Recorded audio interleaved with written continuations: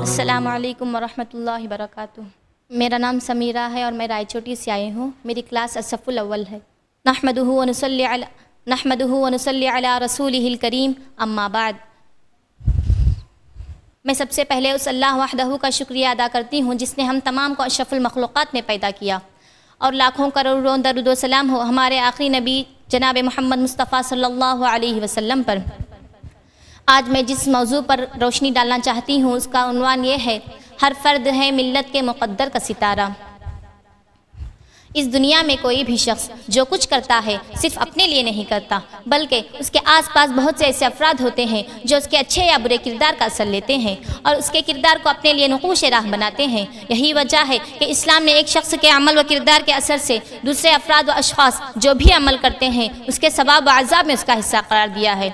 حضرت ابن مسعود رضی اللہ عنہ سے روایت ہے کہ نبی کریم صلی اللہ علیہ وسلم نے فرمایا، جو شخص بھی ظلم سے مارا جائے گا اس کے گناہ کا حصہ آدم کے پہلے بیٹے قابل پر ہوتا ہے، کیونکہ اسی نے سب سے پہلے قتل کی روش بنائی ہے۔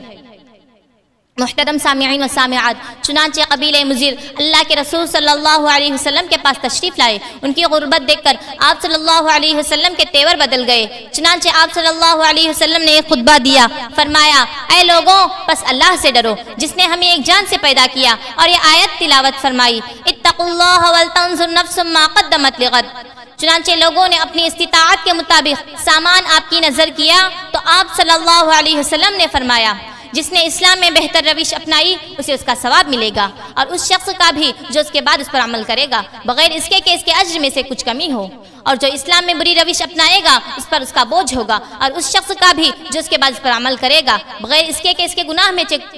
گناہ میں سے کچھ کمی ہو۔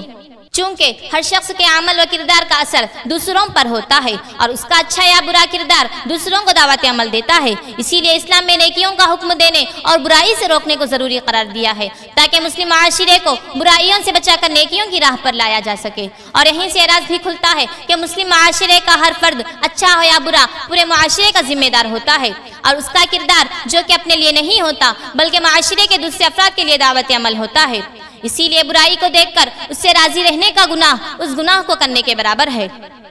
ایک شخص کی بے راہ روی اور برائی پورے معاشرے کے لیے تباہ کن ہو سکتی ہے۔ حضرت حذیفہ بن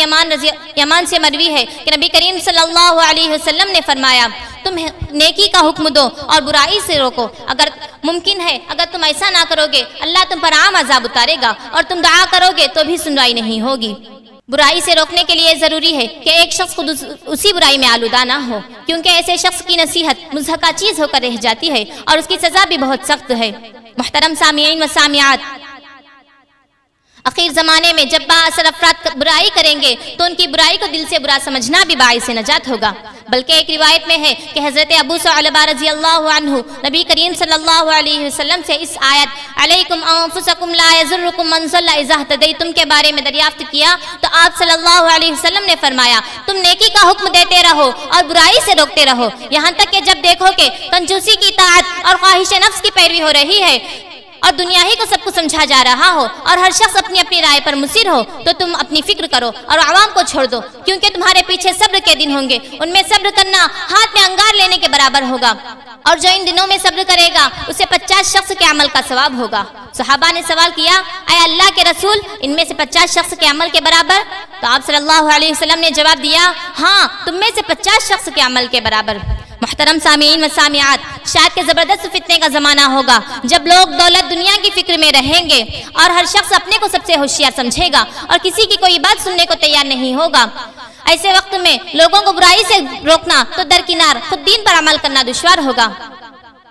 جیسا کہ ہاتھ اور دیندار شخص پر طنز کیا جائے گا اور اپنے دین پر عمل کرنے کی وجہ سے اذیتیں دی جائیں گی، جیسا کہ ہاتھ پر اسی لیے دین پر عمل کرنا دشوار ہوگا، جیسا کہ ہاتھ پر انگار رکھ کر برداشت نہیں کیا جا سکتا،